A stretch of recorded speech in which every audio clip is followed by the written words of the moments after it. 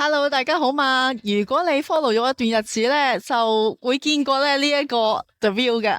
咁咧今次又翻嚟啦，就係翻呢個地方。不過今次翻嚟咧唔一樣啊！之前咧，如果大家咧係 follow 咗一段日子咧，睇過呢段影片嘅話咧，就我記得當時咧我出咗條片之後，我都好驚訝嘅，就因為咧我當時拍嘅時候咧就拍到呢個 The View 啦，係一個public beach 嗰度啦，咁咧就因為冇經驗啦，咁啊拎住個自拍棍咧就震，但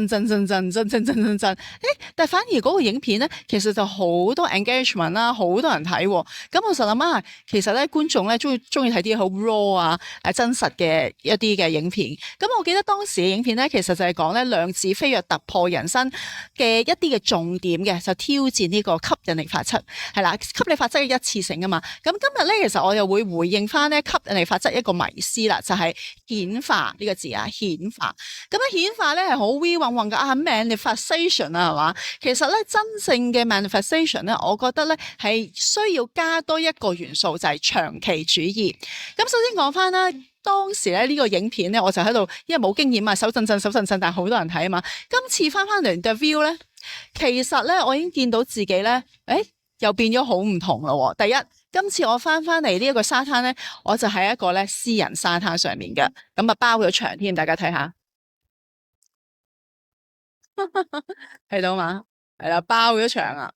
咁啊，另外咧就係除咗包咗場之外咧，咁我亦都係New York 翻嚟啦。咁啊，2025年喺 New York 嘅時候咧，就有攞獎出書演講同埋拍紀錄片。咁我發現咧，每一次我離開杜拜再翻嚟嘅時候咧，其實我已經係會 achieve 咗好多嘢嘅。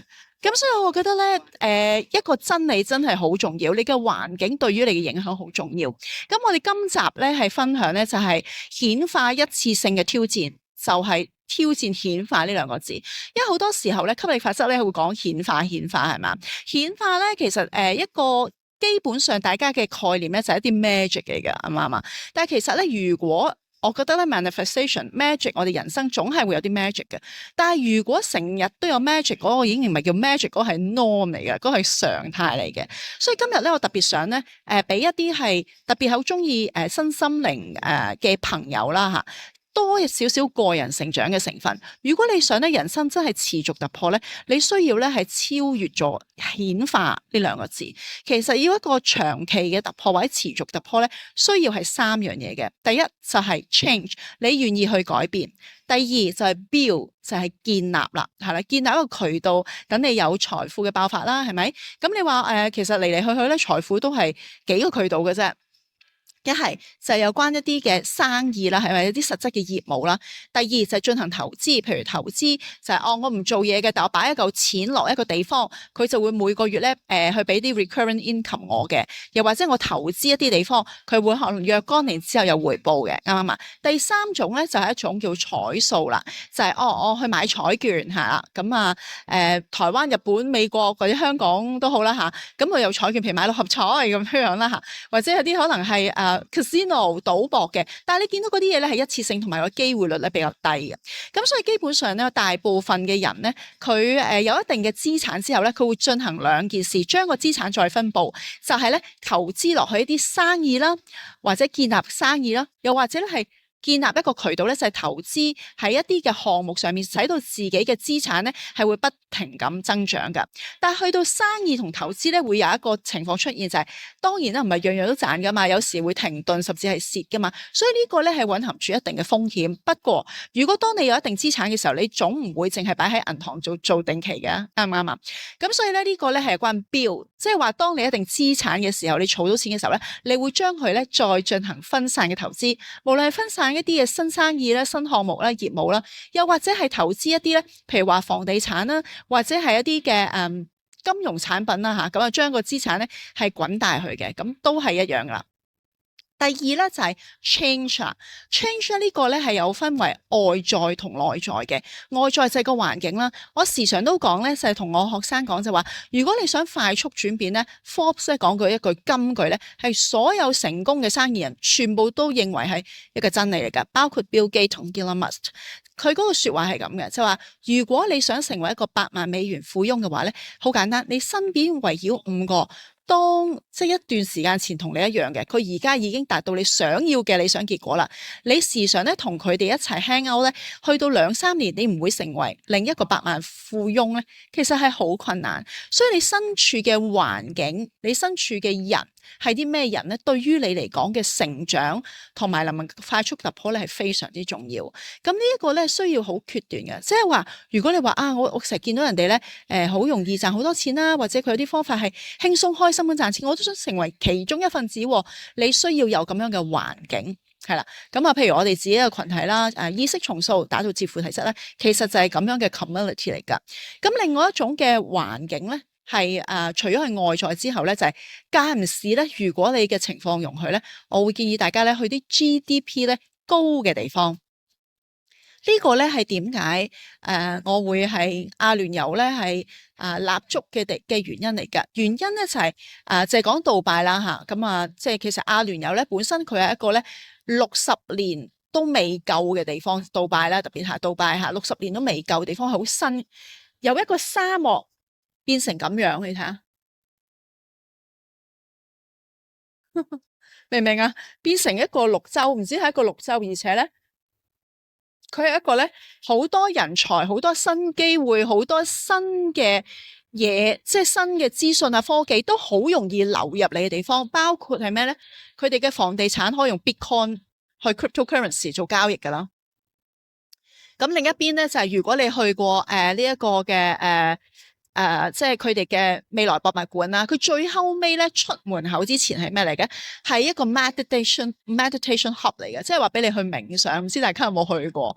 咁所以咧，其實你會見到咧，佢哋係好行得好前。原因係點解？原因因為個國家好新，咁所以咧好多嘅人才啊，好多嘅新嘅資訊啊，好多嘅機會啊，亦都會係好容易喺呢度係凝聚。咁當然啦，除咗杜拜之外，阿聯酋其他唔同嘅地方，其實咧都係有呢一股嘅氣氛圍，一種氣氛喺度。所以咧，我發現就係我每一次一嚟到嚇定，即係留可能個半月至2個月咁樣樣啦。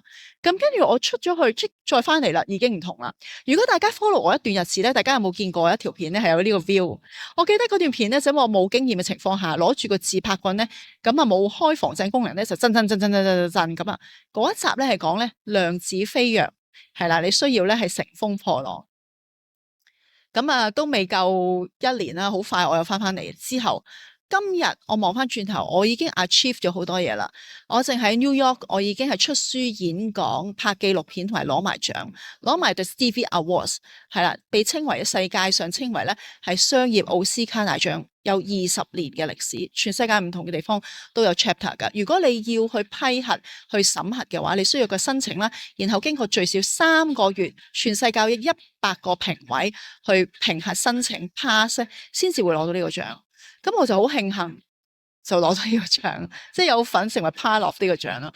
咁另外亦都出書咧，就喺時代廣場嘅 billboard 上面，我哋直情係成段嘅廣告嚇，係啦個片咁樣咁出嚟嘅，咁啊同埋一眾嘅世界級嘅女性領袖啦。咁啊拍紀錄片啦，咁而家未出，咁遲啲大家出咗之後咧，會喺 Apple TV 啦，同埋好似我唔記得啲咩渠道啊，會睇到嘅。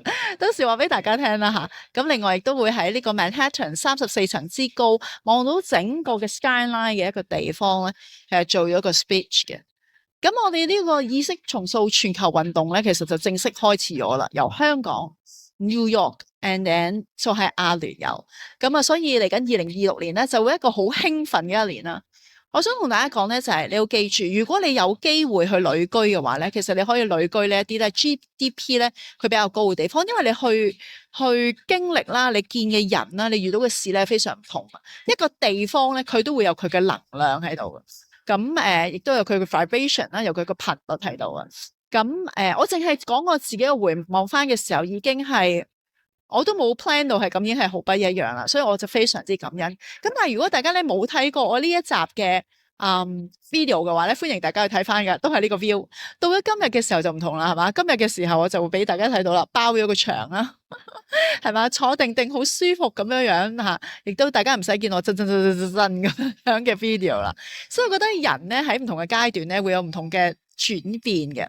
咁另外咧就係呢個 change 就係呢個外在啦。咁當然啦，我個內在身份都唔同咗啦。咁所以呢個 change 咧係需要你係要有一個 flexibility，同埋咧要有一啲嘅先設嘅條件嘅。第一，你就有 guts 啦，即係話你要夠膽係啦，因為好似做老闆一個創業咁，創業有冇得 guarantee 㗎？冇㗎。同埋創業咧，你係要先付出就後回報，後回報。咁所以就係你先俾咗錢啦，俾咗資源啦，俾咗時間啦，做咗好多嘢，係咪真係會得返個回報咧？其實唔知㗎。不過你會相信，你會得到，所以你就會咁樣去做啦。咁所以咧，有一個創業家思維咧，基本上咧係會幫到你成功嘅。但係我發現咧，其實好多時有啲我同一啲嘅學員傾偈嘅時候咧，佢係好想創業啊，但係佢用翻一個咧打工嘅身份去創業，咁啊成日喺度提心吊膽啦，覺得哎呀好唔安全啊，我冇收入啊咁樣嚇。我同大家講咧，你基本上咧要有一個嘅配套，預備好自己嘅心理質素，跟住去創業。又或者係過程裏面咧，你要不停咁 adjust 自己咧，使到自己咧有一個真正嘅老闆思維，以至你咧。老闆師，我同大家講，做打工仔係好容易嘅咋，你每個月穩定薪水，啱唔啱啊？咁又最多公司出咗事點啊？你咪辭職唔做咯，係咪？但係做老闆唔係咁嘅，做老闆咧，除咗為自己諗啦，可能員工啦，仲有好多唔同嘅變數會出現，所以一個人咧，佢嗰個彈性啦，佢嗰個嘅膽量啦，佢嗰個嘅變通能力啦，佢嗰個 EQ 啦，各方面都要好好配合噶。如果你想咧係更加容易咧係進入呢一種老闆嘅狀態，好簡單，你只要咧重塑翻自己咧，成為一個理想中自己身份。咁我哋喺意識重塑體系裏面咧，特別咧係幫助咧好多嘅學員啦，嘅客戶咧，就係去建立呢一種內在嘅金錢嘅新身份，以至佢能夠咧係好快過渡，佢唔知佢心態過渡咗，而佢見到個外在結果其實都係會改變，都會更加好嘅。咁所以咧，你話吸引力法則或者 magic 係咪令人好開心咧？係，但係嗰種開心咧 magic 就係佢個字啦，一下嘅啫。同埋 magic 再出現，佢會用唔同嘅形態出現。而我哋最後講咧就係一個真正嘅長期突破咧，係第三個元素就係長期主義。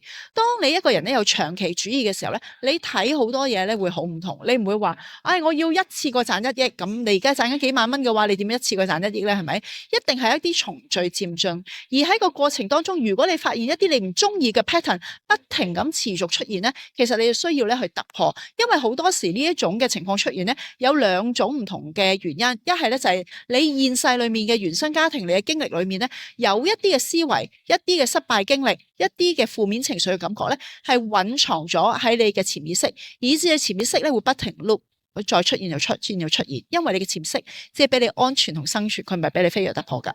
第二個原因咧就係超越咗你嘅今世啦，就係可能係你家族基因遺傳落嚟，可能係你祖父母吓爺爺太爺，咁佢哋可能人生可能賺過好多錢，不過可能佢哋經歷過破產啦，俾人呃，呢一種啲傷痛、失敗嘅情緒咧，係會透過基因咧係隔代遺傳或者直接遺傳噶。咁所以今日咧，你嘅命運如果係有啲唔順嘅話，好大嘅原因咧係呢兩個，一係咧就可能自己經歷啦，另一種咧就係家族基因遺傳咗個記憶。咁你話我點樣可以改個記憶咧？透過意識重塑系統咧，係可以幫助你咧係完全改變嘅。咁所以我哋好多學員就係突破佢所唔能夠突破嘅啦，譬如話賺緊一個金額嘅，佢想突破1倍係持續嘅，試過好多方法啦，幾年啊、6年啊、8年、10年都唔得，入到嚟幾個月、8個月、1年都唔夠就得咗啦。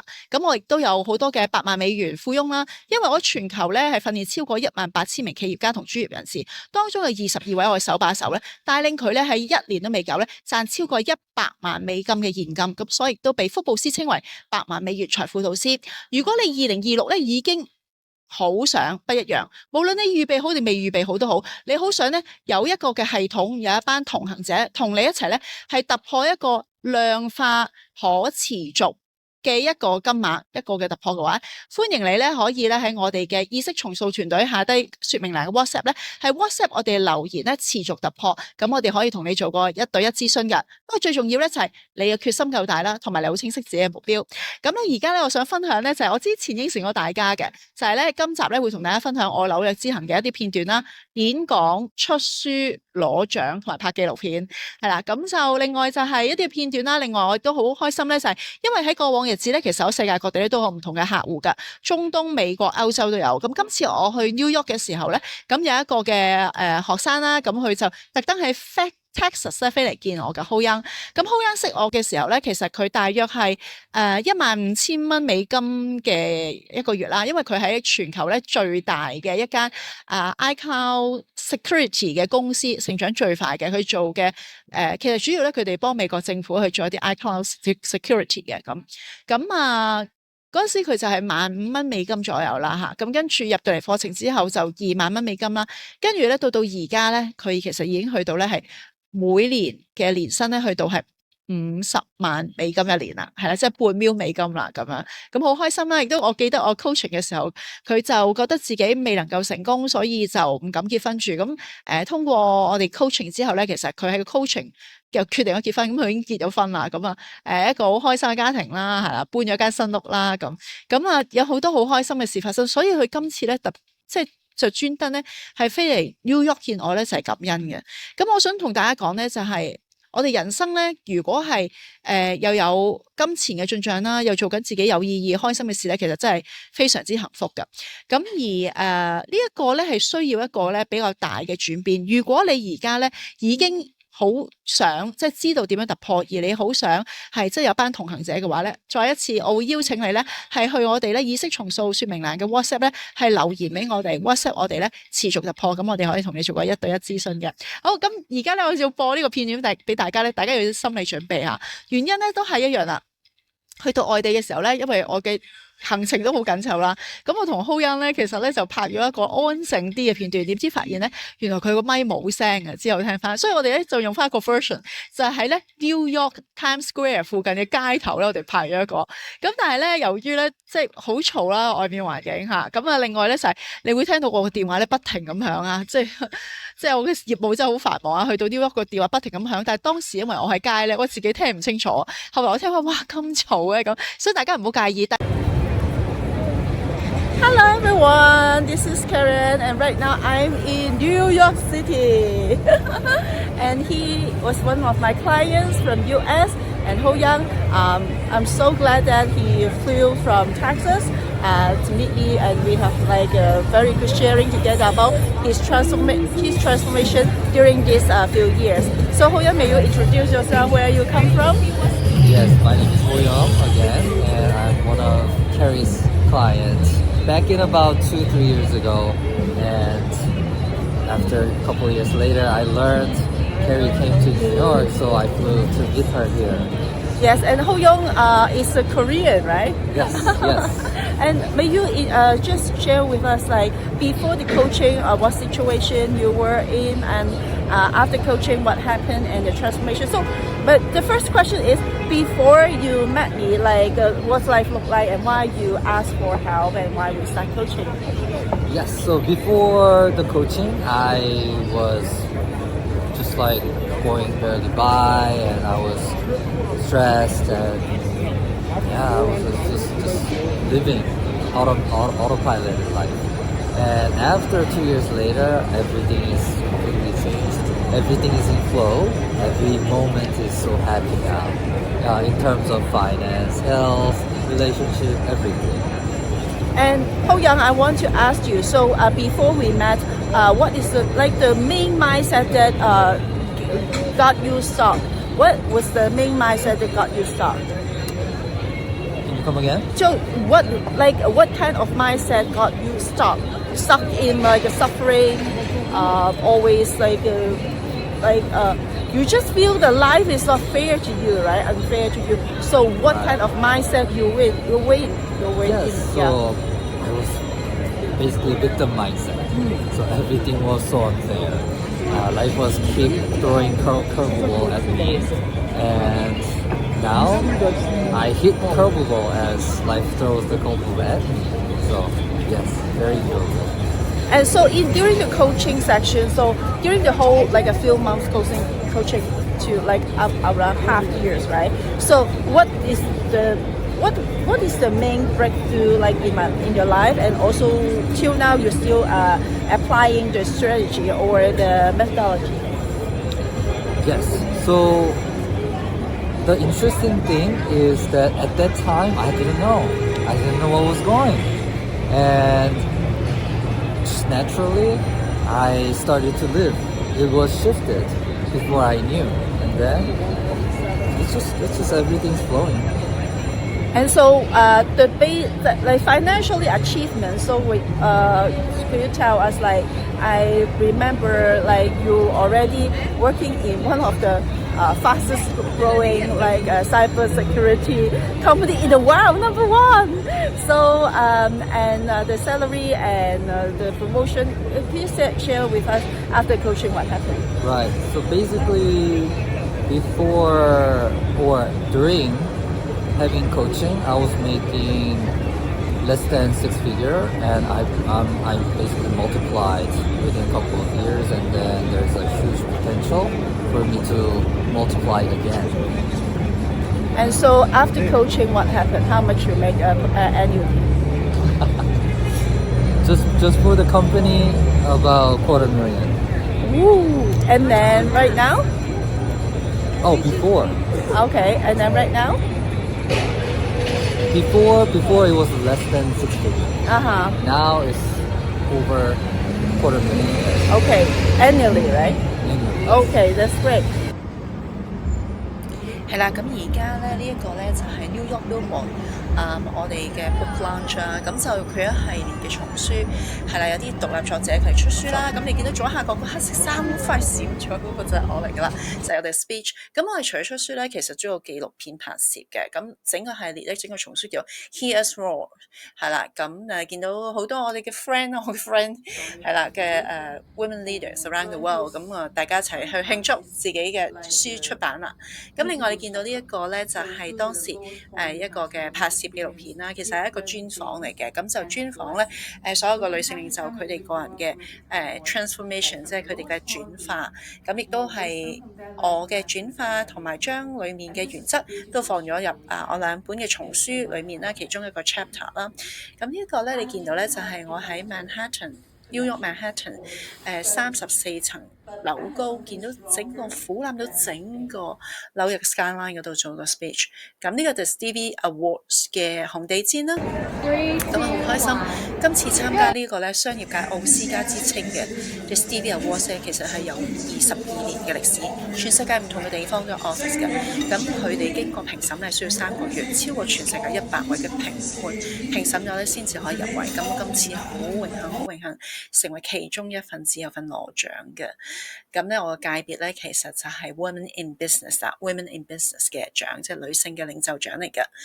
係啦，咁見到呢一度咧就即係顯示咗我有2本叢書，即係其中嘅2個 chapter 咯。咁所以而家咧同大家去 summarize 啦，就係要突破呢一個顯化一次性嘅迷思咧，其實有3個元素嘅，建立 build something 啦。第二咧就係 change， 願意去改變啦，你嘅外在環境與你嘅內在金錢身份啦。第3就係有長期主義呢個思維。咁大家如果有啲乜嘢嘅感想咧，歡迎大家喺下底留言俾我㗎。咁我哋下一集再見。